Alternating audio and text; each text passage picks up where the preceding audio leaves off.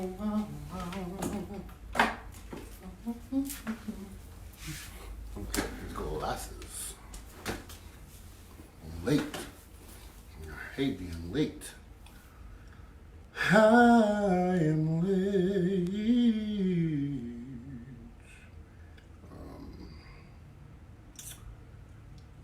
What is this? I'm gonna try. Why does it look so blurry?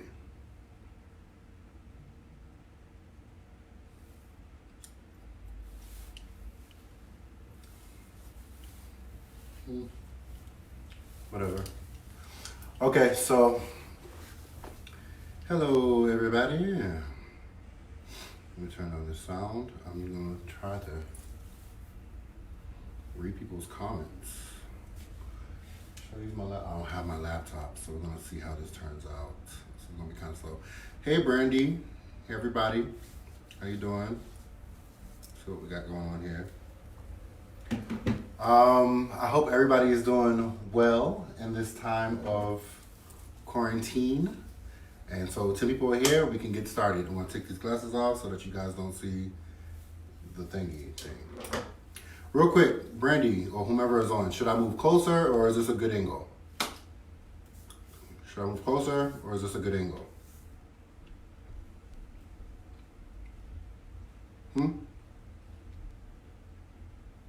Nobody? All right, so I'm just gonna get started. Okay, so today there's so many different topics that I wanted to get started with, that I wanted to talk about. And I'm just all over the place with my thoughts, my feelings. I had a lot of different events happen to me throughout. I like this angle. You're fine. Thanks, bro. So yeah, I'm like trying to figure out which angle to go with. I think today conversation is gonna be a little bit all over the place because I kind of want to chat about like my feelings in this quarantine season, and then also talk about moving forward, and knowing your worth. So I think I'm gonna just stick with those things. And the lovely ring light, I see it. Yeah, you see it in the mirror? Yo, got the little light. Trying to invest in myself. I'm cute though. All right, maybe I can get somebody one day. All right, so let's get started. So, I asked a question yesterday. I said, what would be something you want to talk about? And my friend Brandy, who is actually on the line right now. Hey, Chantel. I miss you, Chantel, so much. I miss you so much. Anyway, so she talked about like how to stay, like how to take care of yourself in quarantine. So if anybody who knows me, I know, I miss you, sis. If anybody knows me, you know I am a people person. I am the definition of extrovert. Every little definition that goes underneath the word extrovert, I am it. So I love people. I get energy and everything from people who are around me. I'm the kind of person, like when I'm going through something and I'm struggling and I'm down and out, I will go to like a jazz club or go to church or something, somewhere where there's a lot of energy, and just feed off of that energy, and it helps me calm down. It helps me balance whatever I'm going through in life. So right now in this quarantine season, it has been very rough for me. People are saying, "Oh, I love working at my house. I love being in my underwear and doing my emails, blah, blah, blah, blah." Like, I don't. And I was really struggling the first few weeks because I was like, I didn't know whether I should check an email or catch up on American Son or whatever the case is, whatever show on Netflix is happening. I didn't know what to do. And I had to find a balance because when I'm at work, I find work for me to do.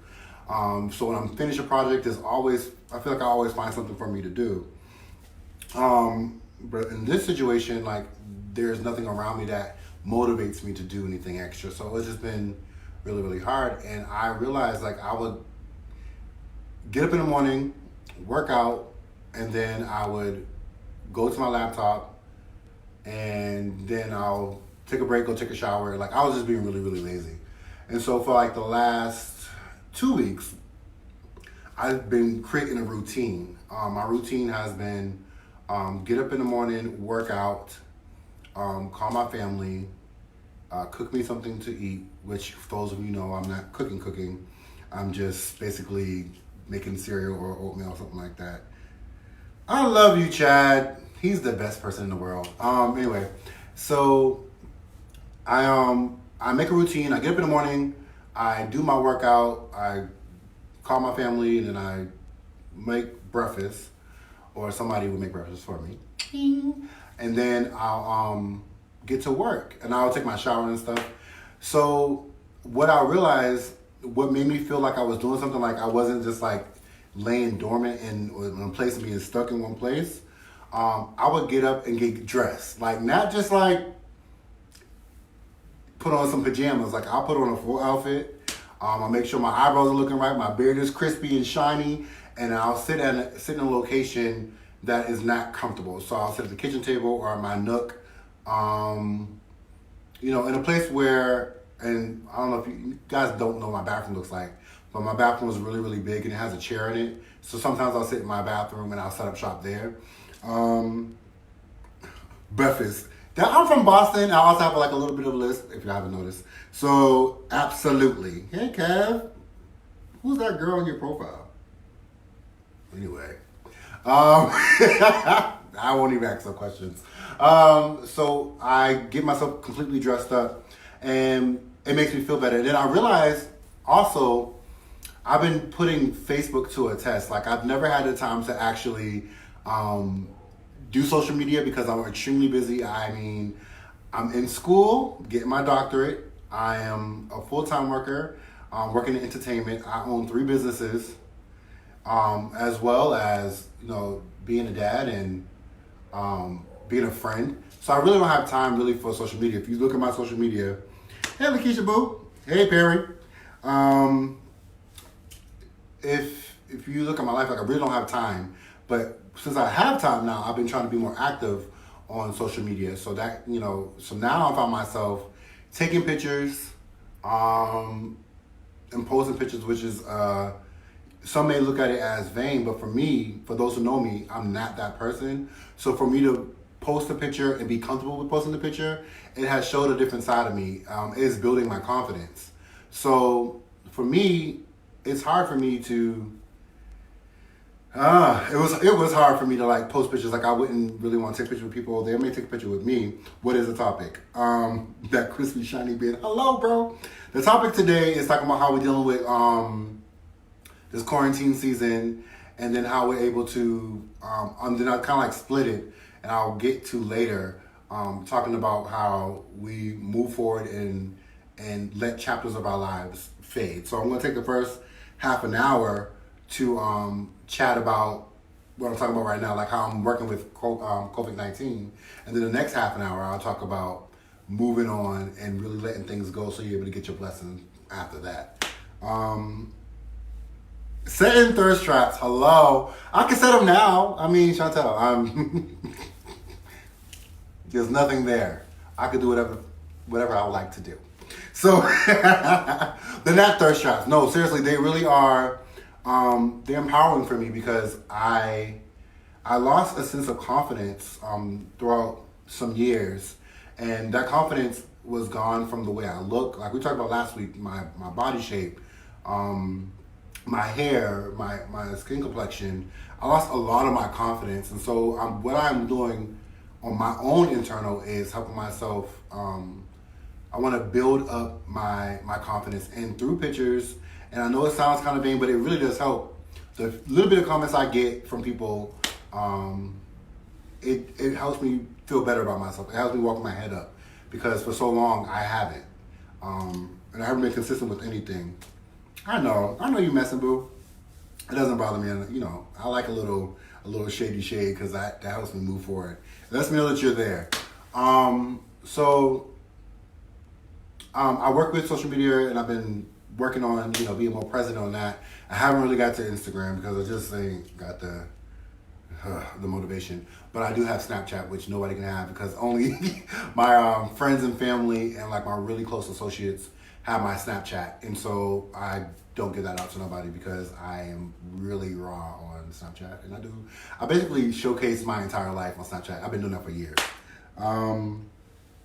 So that's how I've been dealing with the COVID-19. So I found myself acting as if I am in the workplace or having a show that is coming up. I want to make sure that I'm also operating in a way that I will operate if I was at my dream job. Now, I know you guys heard that all the time, but I have goals, I have aspirations, and I have a lot of things I'm trying to accomplish. And I feel like with that level of responsibility comes a level of care about yourself. So I make sure that I do my nails. I do my own lineups. I do my own hair. So I'm very lucky to not have to depend on nobody to get myself together. So I do those kind of things just to operate and look like I'm going to look when I get over this hurdle of where I'm at in my life right now. I love my life right now. I really do. I love my job. I love my businesses. I love the people that are in my life. But I know that there is more for me to come. And I know that there is a level a level that God is going to bring me to that may oversee some people that may be in my life right now. So I'm trying to prepare myself for that and learning how to recognize who real friends are and who aren't. Man, insecurities, we talk about this, I think, every show. Insecurities suck. They suck. And I can't depend on nobody to heal my insecurities. I can't depend on you guys or a friend or a loved one or something like that to heal my insecurities. I have to, in my head, figure out ways to deal with those insecurities. So, people I've been meeting, people that I met, they'll look at me and they'll say, "You lying? You ain't dealing with those things." I'm like, actually, you don't even know what nobody's going through. It's never good to judge a book by its cover, no matter how much I may put on like a smile and I'm always like in some deep place in my mind. So what I had to do, Elaine says you fine. Team Metro, big bad. Good night. Yes. So I had to, during this time as well, I've been taking it as a time to really but strengthen some relationships that I have with some people. I'm taking this time to really get closer to my family. So when I say that, it's not that I'm distant from them. I'm not the black sheep of my family at all. I'm very much loved. It's just that because I am the only one out of very few people that moved around so much. So in my family, on both sides, only people that have moved has been my auntie Janice, my cousin Kasha, my cousin Levestine, and myself. So my aunt Janice moved when we were younger. She moved to South Carolina, and then she moved back to Boston. And that's Kasha's story too, Levestine's story. And then when I turned 18 or 19, I moved to Connecticut. And then, hey, Auntie Deb. Oh, no, that's not Auntie Deb. That's my friend Deborah. Hey, Deborah, boo. Hey, girl. I haven't seen you forever. I wanted to say, you look so good. Like, Deborah, you look bad as heck. Okay, like, that hair is everything. Hey, Tammy, how you doing, boo? So, anyway, and then my aunt and my cousin moved as well to another location. But me, I moved when I was like 19. I moved to Connecticut. And then I moved from Connecticut to New York. And then from New York to LA.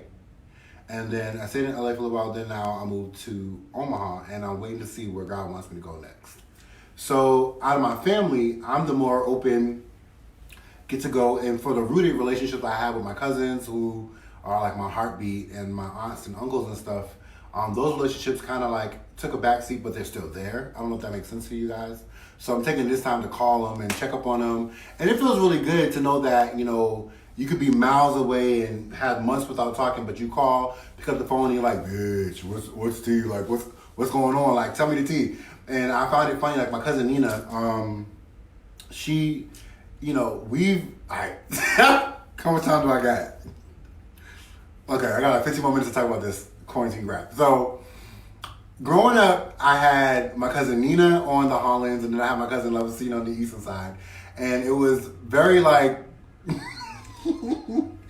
or make sure none of them are on there. All right, so it was very like, I was Kasha's favorite cousin, and Kasha was my favorite cousin on the eastern side. But the options are very slim because basically all my father's kids are nowhere existent while he's growing up. Like he has 1,000 kids, but nobody really counts them. So they just count me and my sister, maybe my cousin Kasha. So it was me and Kasha on my dad's side, and then on my mom's side it was me and Nina, kind of like me, Nina, and Freddie, but whatever. But anyway, those two girls. So just to see the relationship I have with the both of them, actually, I think my relationship with both of them mirror each other. So it's like I love them both. We don't talk as much, but I can hit them up. They can hit me up. They can call and just be like, yo, what's tea? Like my cousin Neen hit me up the other day, like, bah, bah, bah, bah, bah, bah, bah, like all this tea. And I'm just sitting here reading the tea. I'm just taking in all the tea. And then we're just responding because that's the kind of relationship you have. The same thing with my cousin Kasha. Like we talk about anything. We can talk for like months. And then all of a sudden we're good. Like what's tea? So I've been taking the time to really get involved with my cousins and my family and really do that. And also what has been really good, FaceTime has really been like a savior for me. And it helps me FaceTime my nieces and nephews and my family. So anyway, how are you guys handling this quarantine season? What are you guys doing? How are you handling it? I have been praying a lot lately, more than usual, and reading my word. So that has been really, really good. So I see that Miranda's on here. I don't know who's still on here. I wish there was a way that I can see who's still on here, because then I would call out some names. But I can't because I don't know. So before I get to that next part, so summarize that in a whole. So during my quarantine, it's best for me to keep even schedule, keep myself up. So that goes with shaving, doing my hair, and making sure I feel good for myself, getting my nails done and things like that. And then from that, just connecting with people that are your loved ones, and taking, because you don't have this much time. When do I ever have this much time just to sit and talk, just to sit and think about old good feelings that I have with people? Hey, boo. So Chad's still here. Yeah, here. I'm in the place to be. Praise the Lord. So how are you guys handling this this season of like not being at work, not being in the office? And thank you to those who are like out there in the streets, like the nurses and the essential people. Thank God I'm not essential right now, but I know for sure I'll be essential pretty soon. So, you know, that will happen soon. When are you at? When you're at? All food. That's it. Well, that's nobody's business. I'm joking. So, yes, Chantal, I'm going to go to your house. I'm the little brother. You name me your little brother, so I'm going to act like one. I'm going to go to your house. I'm going to take off my shoes. I'm going to get on that comfortable couch. And I'm going to ask you, got any food? And you already going to have the food cooked. And I'm already going to be there. And I'm going to eat. And then I'm going to sleep. Because that's what family members do. They eat the food and they sleep. Like niggitis. Niggitis is a real thing. That's a real thing. I hate saying that word, but I think it's real. Anyway. I'm going to leave this in the church, shopping, grooming, and travel. Yo, when I tell you when we go back to church, it's going to be like off the chain. Like I'm bringing my tambourine, Monte, and what's her name? Miss, I can't forget her name. Anyway, everybody who has a tambourine, I'm killing everybody in there. We're going ham. I'm making sure that once they open the doors of the church, I'm giving a good hallelujah scream. When I tell you, I'm running. I don't run. Oh, but I'm running that Sunday. Who knows what's going to happen? Oh, but it's going down. No, seriously, like, I'm extremely excited to go back to church. Like, extremely excited. Like, I've never missed so much church in my life. And this online thing, Miss Carol, yo, when I tell you I'm coming for Miss Carol's life, I'm coming for her life. Her and her elbows. Okay, we're going at it. And I bought a brand new called Reno submarine because my last one broke when I was playing or whatever. But we fixed that and I got me a brand new one. So Miss Carol, I'm coming for your life. Absolutely. Got that going on. Church is gonna be so bomb. Like, it's gonna be so bomb. And I can see Chantel like crying. I hope she's in the choir stand. Cause I want her to like do one of those. Cause when she does that, when she moves like this, that means she's really feeling it. Like, that means she's really into it. And when she sits there like this, that means something's deep going on. She's really trying to seek God on something. But when she's like this, she's giving it all to Jesus. So she's gonna give it to him. Yep. That's the difference. And then who else got a good one? Blanette, when her hands start going like this, she says, yes, that's right. When she does that, man, it's a wrap. She's gonna go ham. Who else has a good one that you know about the? Oh, Sandra. Baby. Ain't nobody got a yes God like Sandra. Nobody. It's piercing and it gets me going. Okay. All right. Quit telling my business. Just say it. You brought it up and I'm finishing this shit. But anyway, so yeah, that's what I'm looking forward to after this quarantine. Now I am I wish you guys could see it. I wish there was like a little screen on this side where you could just see like Chantel going ham. Like, she's not gonna shout, she's not gonna do all that extra, but it's gonna be a water park. It's going to be a water park. Absolutely a water park. And I'm here for it. Okay.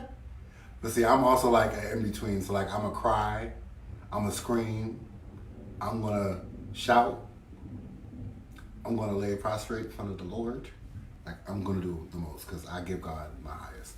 Anyway, ooh, Lord, looking at myself. All right, so let's move on and let's talk about the other part. I shot it today. You missed it. Shut up. Anyway, moving on. Yeah, right. What did you do? Jump? You hopped. Like, you hopped. That's it. Okay. So, what's that from Friday? Call me, girl. Okay. That's what it was. Anyway, so, I wanted to switch the topic. I wanted to do 2 in 1. So I kind of wanted to talk about like almost like a transition and moving out of one situation, letting go of some things, and then allowing the opportunity for new things to come your way. I need a video, Chantel. I definitely need a video. Like, I need proof. Like, proof. Yeah, I need proof. Oh, but you did because you sing at church. I can see that happening. Okay, you can see that. Thanks, Jonathan. Thanks, bro. So myself included, but also like some of my friends, I've realized that sometimes we let our situations, now Tashiana, I know you're there, I'm gonna need you to talk. Sometimes we let our situations hinder us from new adventures, new endeavors, and new relationships, and new job opportunities. Sometimes we get caught in what used to be what we're accustomed to, and that can hinder us. For example, if one has had an awesome relationship, now this has nothing to do with me. This is just me going off of conversations with friends and stuff like that. Because I always say when something has to do with what I'm dealing with. This is really off of like people talking. If you had a really, really good relationship and it was a meaningful relationship, though it may not have been good, and it altered who you are, and it created a long-lasting impression on you. Say you dated that person for 10 years, and this person is the only person you know for 10 years. So in that relationship, you kind of like gave yourself to that individual. And so in that period, you may have distanced yourself from your family. You may have found yourself with that person's family more than with your family. And now found yourself not calling your friends, your family as much as you used to because you was in this relationship. You may really have lost yourself in this relationship. You end up cooking and cleaning, doing things that you just don't do unless you're truly in love. But when that relationship is over, you just don't know what to do with yourself. You allow yourself to be in a predicament where you're meeting new people, but you're comparing those new people to that old person you was with. And that can be very, very dangerous when getting to know a person or moving on. You cannot compare anybody new to what you used to deal with.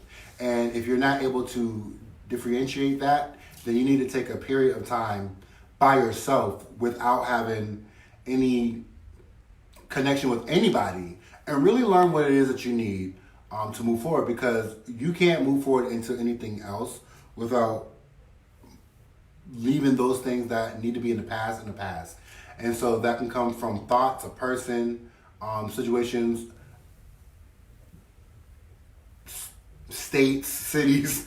If you need to start afresh, it's okay to do those things. God has given us this place with all these states, and we don't have to necessarily be in one place. So for me, I'm learning the importance of truly letting go, truly disconnecting from negative things that were in my life. I have a habit of wanting everybody to be my friend. So even though it's a bad situation, I always say things like, you can call me if you need me. Let me know what you need and I got you. Don't hesitate to pick up the phone. Those kind of things. You cannot do that. I cannot do that, because what that's doing is not allowing you to let that thing, person or thing, go. There's something dope about knowing that you're free. There's something fly about just knowing that you have yourself, you have a relationship with God, and you have the people that mostly care about you. And when you say those lines to people, you're only saying it, one, because you're trying to be nice. Two, because there's a part of you that doesn't want to let that person go. And that can be a really, really hard thing. No new wine and old wine. Hello, and old wineskins. Absolutely, you cannot have that. You have to let things go. When you let things go, it's gonna hurt like hell. It's gonna hurt. This past week, I got some news. It was like one missing component to what I'm going through in life, and it was there, and I let it be there, because it was like I still have a part of this person, and then that part disappeared. It was gone. I exited out. I pressed the button, and it erased. And when I did that, I felt like I was not going to, I didn't know if I would ever meet somebody or be in a place where I was going to be happy again, because that I kind of felt like in that situation I was that whatever, I really sold into that situation. So it hurt. It hurt me a lot. It really did take me in a whirlwind. But after I got over the crying, and after I got over, because you're not going to cry. Okay, you're over this. Tell yourself that. Okay? After I got over that situation, I realized, like, Malachi, you've been hoping and praying and wanting freedom. You wanted freedom to express yourself. You wanted freedom to be a creative. You wanted freedom from feeling guilty for being a creative. You wanted these things, and now God has given you these things. What are you crying about? What is your problem? Either you want it or you don't want it. And it was like I heard God speaking to me, and it was just like, all right, well, okay, I hear you. Okay, I hear you. So let me listen.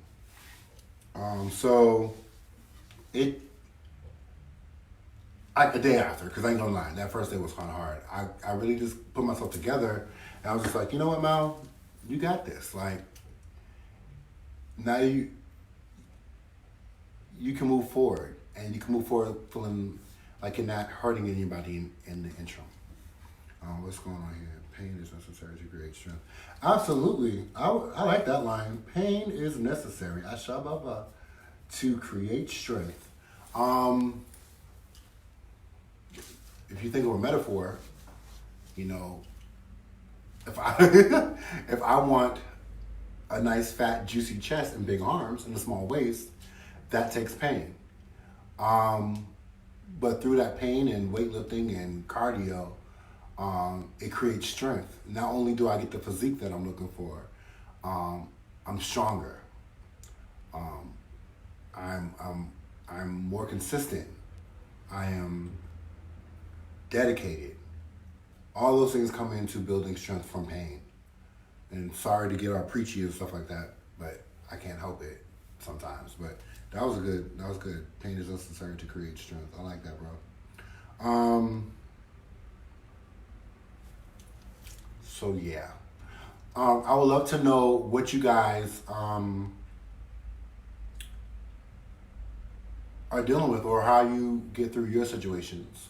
How do you let some of the things that you may have dealt with for a very long time? And sometimes it's that toxic kryptonite. We all have that one kryptonite. We all have that one person that we know we shouldn't be messing around with. I mean, come on. I mean, I had one individual that I used to... I had one person that it's almost like whenever I'm single, or in between those little times of being single, or basically whenever I'm single, like I know that I can call this individual and have a wonderful time.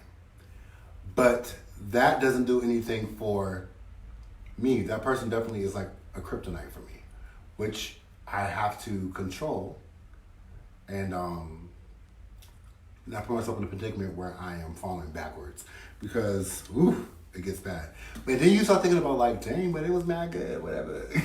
And then you just be getting weak. But I'm working on being strong, because I've been really good for a person like me. You have to deal with your wounds so you don't bleed.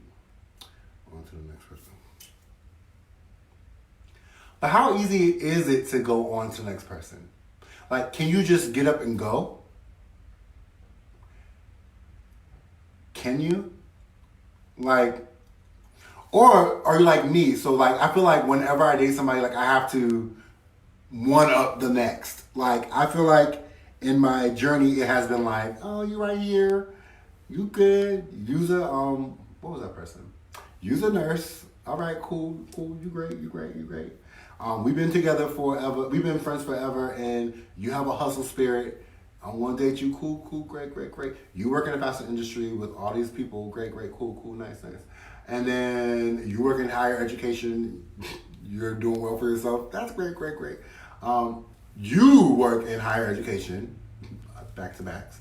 You're doing great for yourself. Mm-hmm. So then I kind of feel like I need to like, feel like my search becomes more crazy, because I need to.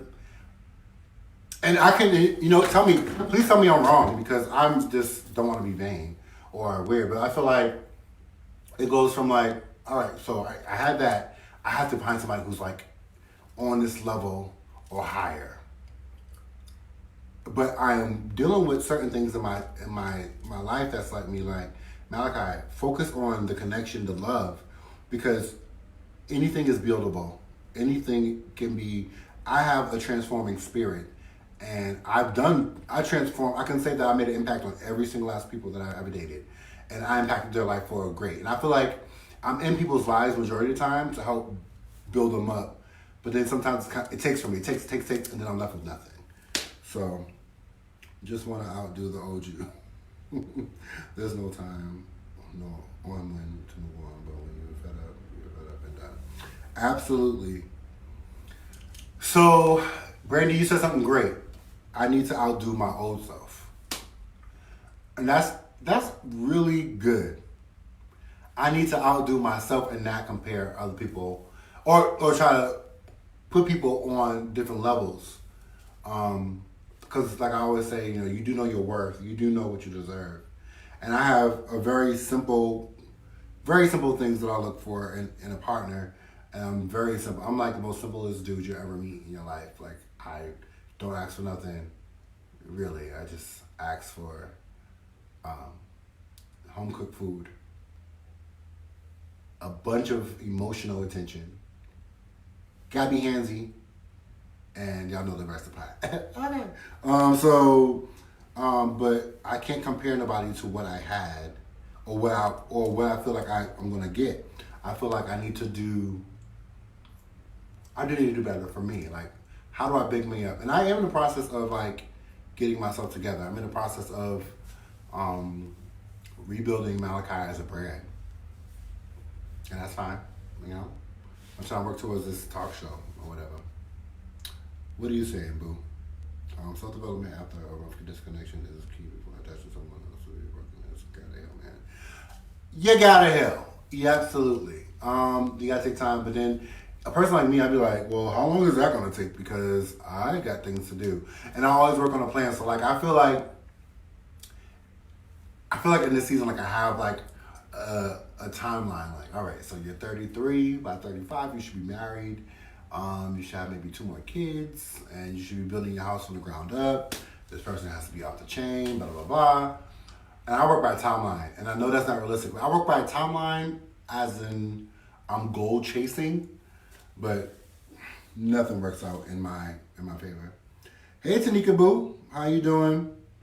Bro said, put me in a microwave. Hear me now. Do you hear me? Put me in a microwave. Okay. I need to be healed now, God. Okay.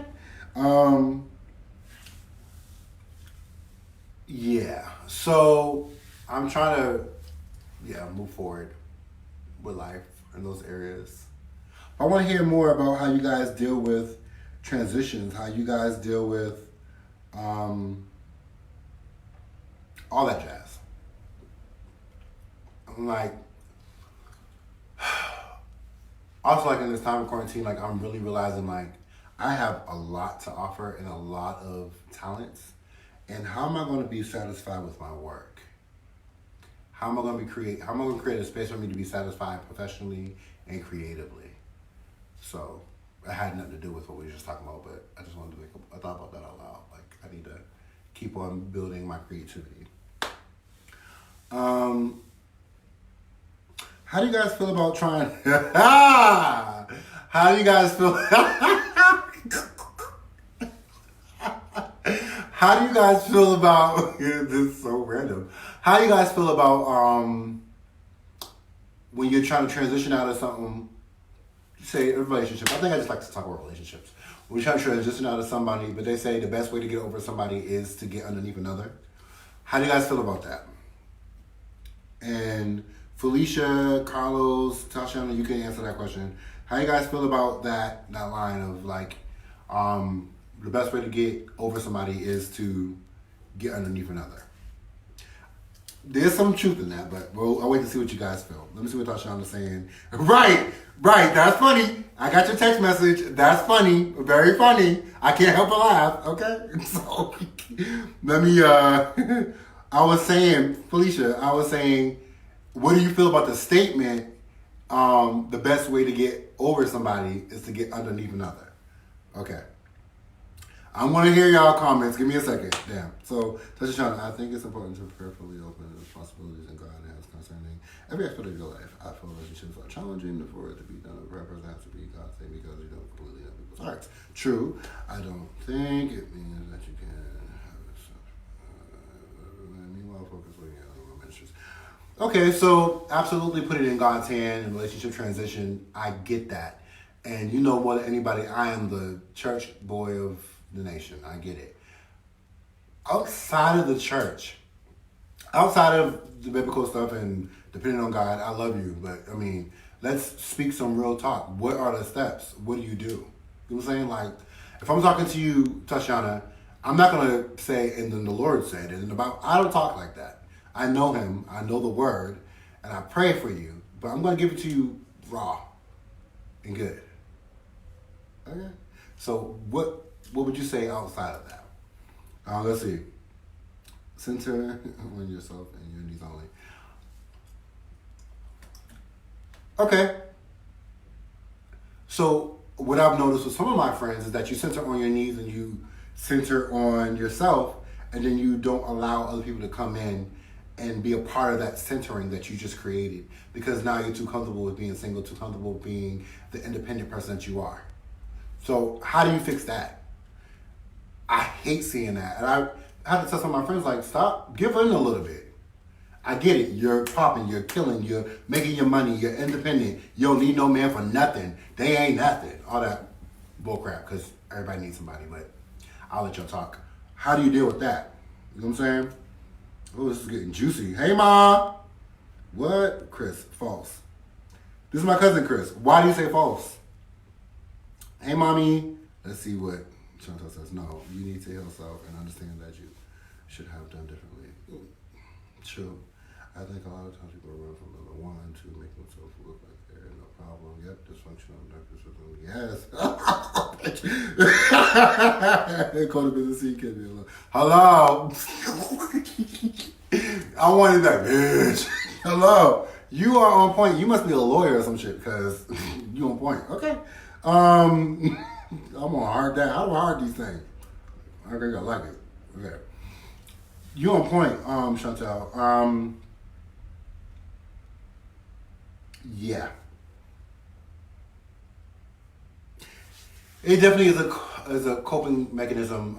People move on to make it look like it didn't matter, but I am not about that life no more. I've been there because I've had back-to-back relationships.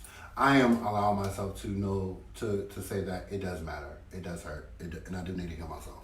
And I am healing myself. Like, I want you guys to know I'm healing in all different types of ways or whatever. Like, I really am. I'm out here in these streets healing. Best way is to self-reflect first. So are you saying that you don't... Chris, are you saying that you don't get underneath nobody? But I hear you as a cousin, you know. Mind you, my cousin, he flies, so, you know, I don't really trust him. He out here got all the chicks. No, I'm joking. I don't even know if he got a girlfriend right now. I'm just talking shit. Let's see. It's cute, a sexual escape, but otherwise pour into yourself. It is cute. I mean, yeah. Like, it's fun to know that you have the ability to go out there and do your thing and get your thing on. But when it's meaningless, that is a word. It ain't worth shit. Like, I realize, like, random encounters with people is not fun.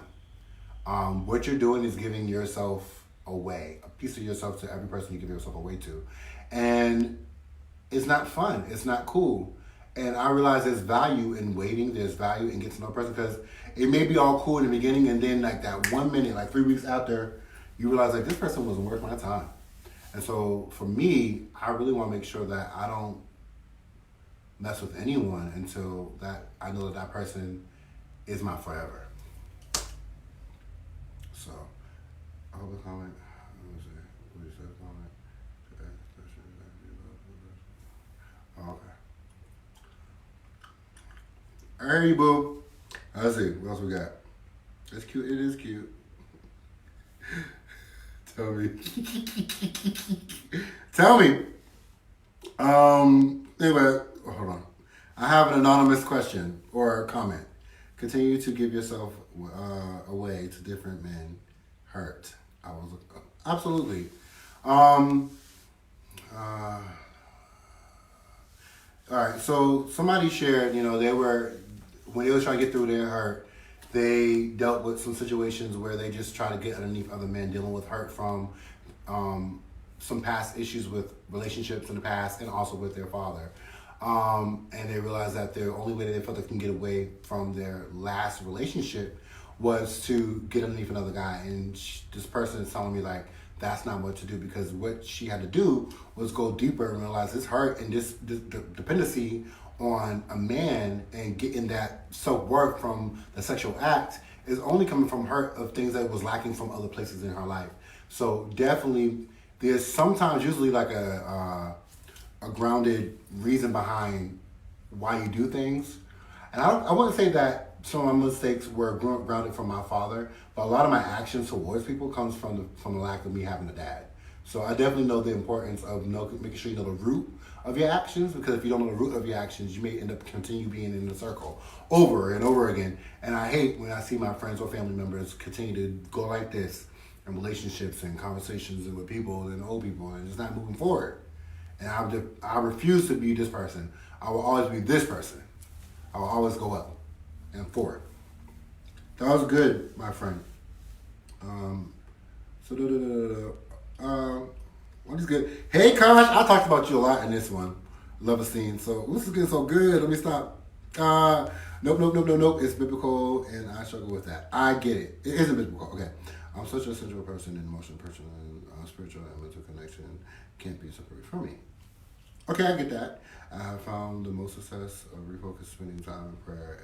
Okay, so you're speaking of how your personality and your life all connects spiritually, period. Like, there's no way, and that's good. Like, that's why you're a catch. That's why you're the bomb, because you keep your personality, you embody the Spirit of God. You embody that. And it's something that is important to you.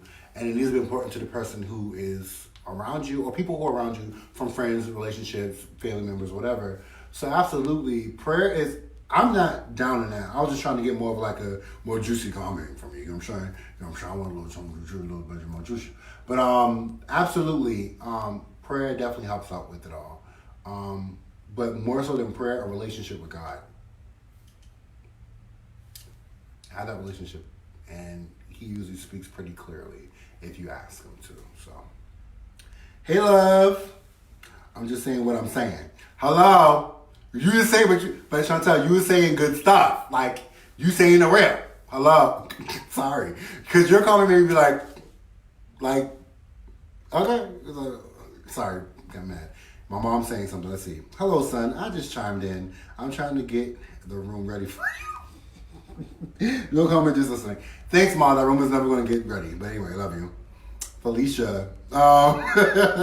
Don't blame others for your pain. Look at the facts. Take ownership for the part. Felicia, I ain't mad at you. I ain't even mad at you. Because I don't want anybody to ever think that I've been perfect. I am not. I'm very moody. I'm very, because that something had I'm dominant in relationships. I'm very, I can be very demanding, short-tempered. So there's a lot of things that I've dealt with in relationships that I'm working on. I want to be more happy, more pleasing, more easy to talk to and to trust. Because sometimes when I'm in my moods, I'm like, I don't want to talk, or I'm very like, leave me alone. Like, I get frustrated fast, and that's a Hollands thing. It's an Eastern thing. We all just have attitudes. So, despite of how sweet I am, I still know that there are things in my relationships in the past that I could have done better, and put the feelings of others first. Because I do have a repertoire or a rep of being kind of mean, direct, sarcastic, and shady. Not shady as in I'm going to do you wrong, but shady like I'm going to say something that maybe I shouldn't have said because it wasn't right. So, you're right, Felicia. And I do look at those things. I'm here for the upgrade, not just... So was it wrong for saying I wanted to upgrade, right? Like, I was... Hey, y'all giving me life tonight, and I should be getting this much life, but I'm getting life. But right now, I'm getting so much life. Give me the upgrade, okay? Oh, let's see what my cousin says. Single. Chris Williams is single. He is a African-American man, lives in Massachusetts, extremely handsome, extremely talented, can sing, got muscles for days. Hey! And he's my cousin, and he has good blood in his system, so hit him up. That's a little plug for you. He is fly. He fine. And one of my friends, cuz, was like, He fine out here. Okay. That means you look at your page. Anyway, but been working on self. Absolutely learning how to be a mate/husband. How can I seek a wife if I'm not built to be a husband? We only hear about women preparing themselves to be a wife, but you never really hear about a male preparing himself to be a husband. You just got all the chicks. You got all my friends. All my single friends are gonna like you now because they know you want to be a husband. Like, you got this. And I got some fine ass friends. All my girlfriends are fine. Like, they fine. Like, okay, like they fine. Like, just if you see them in my pictures, like, just let me know which one you like. I got your back. Anyway, so back to what I was saying. You absolutely got to prepare yourself. I want to be a husband. So what does that look like for me? What does that look like in action? How do I prepare myself to be a husband? I've never seen a great example of marriage. I've seen my granddaddy and my grandma Jean. What's her name? I got two grandparents mixed up. My granddaddy and my grandma B. I've seen them married. Is that the only? Oh, then my Nana and Grandpa Jean. And they had, both relationships was just kind of like different. Like, I really didn't know what marriage looked like. Because my granddaddy was so busy, I never really seen him give that much love to my grandma B. And then my Nana, she was so independent at one point in her life. I never really seen them give love. I just seen her make sure she got up in the morning, cook the food for her husband. She did all the old school 50s things. Grandma B, she was an independent educator, and she had they just had different schedules. One was a bishop, the other one was a teacher. They met at church. That's what it looked like to me. I never really seen a real example of what a husband does. All I can see an example of is what's on TV. So, yeah, that is what it is, or whatever. What happened? Did my live stop? No, is it still going? Okay, it's still going. So absolutely, I'm definitely preparing myself to be a husband too. Gotta break the cycle. We do, cause ain't nobody got no marriages in our family. I'm not gonna be that person. Hey, what's up, Bishop JD? Great meeting you. An awesome guy, awesome man of God. We alpha males. We definitely are. And I get, sometimes my alpha-ness can really hurt people. So I gotta do better. What's this one? Let's see. Hold on, I got some good comments coming through. Let's really just have a conversation. Jesus. Oh, I want to read that. I'm going to read that in a few seconds. But I'm not going to read that because that was directly to me. Prepare yourself for what you're trying to in your life. Yeah, up here. That's good. Thank you, boo. I read that direct text message that I actually won't read, but you on point about that. Thank you, because you know me more than anybody. So, anyway, this is what my mom said. Seeing is believing. He's right. He's definitely not perfect. As a matter of fact, far from it, but he's all right. Mom, good night. Go fix my room. Okay? Don't come for my life. I mean, it's hard for me to be in a sexual relationship with someone without those pieces. Absolutely. For me, sexual, spiritual, emotional, and physical. Absolutely. It's a challenge. Challenging for me to be a part and act. Absolutely. But I haven't given myself to become really disappointed. Absolutely. It didn't fall apart. It's hard. And it's really an act of discernment. It's not an act of anything else. Like, when you make those decisions to go down that route with somebody, you really got to make sure that this is what you want to do. Because if you don't want to do it, if you don't feel like, if you're not confident in that decision, don't do it. Yes,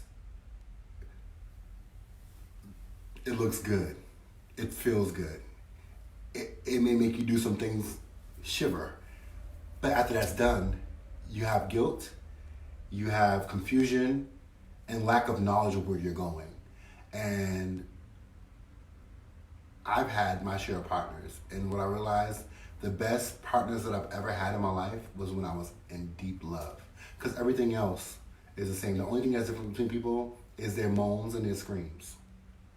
Everything else feels the same. But when you have a connection with a person, that shit is off the chain. Seriously. What up, Anthony Steele? One of the baddest drummers in the world. Mom, what are you saying? Grandpa Rufus. Grandpa Rufus to the end. Okay. That was a really good example of marriage. But see, you've seen it more than what I've seen because you lived in North Carolina. I've seen summer times. And absolutely, Grandpa Rufus and Grandma Ann. Because he was just a real man. Like, he was just, and he loved his wife. Okay? Like, and she loved her husband. So, absolutely. That's a great example of love. How can I forget that? But see, I'm talking about like immediately. Like my mom, she has never been married. So I didn't have it growing up. I seen my mom in a relationship with somebody who we thought of as a dad because he was around the most. And he was a good example of what a provider looked like, but he's also extremely cheap. So I didn't know how to navigate that. Anyway. Hey Tracy Boo. Chris. That is right there. We have the dumb heart. Yep. Dumb heart from the past pain, embrace the love. Trying to present. Absolutely. Absolutely. Let's see what the past is saying. Let's see. Acceptance is the healer and ultimate whole. If you can't or won't find acceptance, I'm going to seek approval. Acceptance is unconditional. Absolutely, approval is conditional. That's the word. Acceptance is conditional. Acceptance is unconditional. Approval is conditional. That's a word. You should actually preach that on next Sunday if you go live, Chad. That should be, I don't know what scriptures you're going to use, but just know that I encourage you to preach about it next week. I seek approval. Elena says to me, good. God, friend, maybe she meant to say good. God, friend, and partner. Acceptance journey is a real love journey. Love you, boo. Gotta run. All right, love you too, baby. See you later with your fine tail. Absolutely. I do believe that acceptance is unconditional. Because if I accept somebody, I take them for everything that they are. That goes with friends. Like people wonder why me and my best friend are friends. They wonder, Corey, you know, he's my best friend Corey. He's a different type of person. He's flamboyant. He's loud. I'm loud, but he's extreme. I'm flamboyant too. But no, like he's a different type. Like he's like a different type of flamboyant. And they wonder like, how do you be friends with somebody like that? Like, don't you feel awkward? Don't you like no, I love Corey for who he is. I look on the inside of him. Corey has the biggest heart that I've ever seen in my mother freaking life. And I accept him for all his good, his bad, and his awkwardness. And that's my bedtime, so it means I gotta stop. Anyway, so absolutely. Thank you, Chad. Thank you, everybody who sat in and watched. I love you so very much. I had a good time. It's a good conversation or whatever. I hope that we can do this again next week. 7 o'clock Eastern time, I think that's what, no, Central time. Yep, and 8 o'clock Eastern Standard Time. But I love you. And by the way, I'm still learning and still, yes. I wish I could just sit on the wall and just watch your relationship because I just love how you look at your wife. And I love how she looks at you. That's what I want. I want somebody who's like in love with me at all times. Someone who is like seeing me sing and move and act and go about my business and look at me like, damn, that's all mine. I want that tonight. Like that's what I want. So I definitely inspired to have that love. So let's pray real quick. Lord, I thank you for this opportunity to talk to my friends, to chat, to get some encouragement for myself. Thank you for that. And thank you for allowing me to be a helping hand and a helping ear to people around me. If it touched anybody, cool. If not, cool. All I know is that glory belongs to you. So, peace out.